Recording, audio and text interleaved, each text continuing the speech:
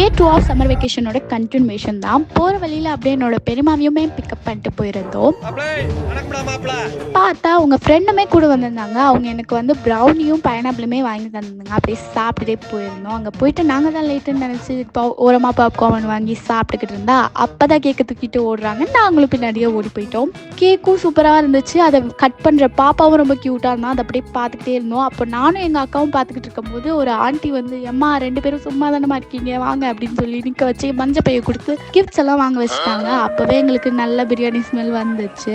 அப்படியே ஃபேமிலியோட டப்பு டப்புன்னு ஃபோட்டோ எடுத்துட்டு போகலான்னு பார்த்தா பாட்டி கூப்பிட்டு வாமா அப்படின்னு சொல்லி ஒரு 2 வாக்கு கொடுத்தாங்க பாருங்க. அப்போவே டேஸ்ட் சூப்பராக இருந்துச்சு. கடகடன்னு போய் பந்தியில் போய் உட்காந்தாச்சு. பிரியாணியோட மசாலா ஐயாப்பா செம்மையாக இருந்துச்சு. சூப்பராக ஒரு கட்டிட்டேன். அப்படியே டைரெக்டாக எங்கள் பெரியப்பா வீட்டுக்கு வந்துட்டேன். அங்கே என்ன இன்ட்ரெஸ்டிங்காக நடந்துச்சு நம்ம நெக்ஸ்ட் வீடியோவில் பார்க்கலாம். பாய்.